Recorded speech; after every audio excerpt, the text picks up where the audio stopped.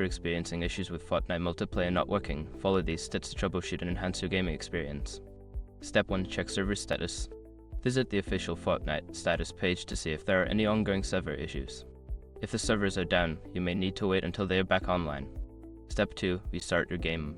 Close Fortnite completely and restart it. This can resolve temporary glitches that may be causing multiplayer issues. Step 3. Update the game. Ensure that you have the latest version of Fortnite installed. Check for updates in your gaming platform store and install any available patches. Step 4. Verify internet connection. Test your internet connection to ensure it is stable.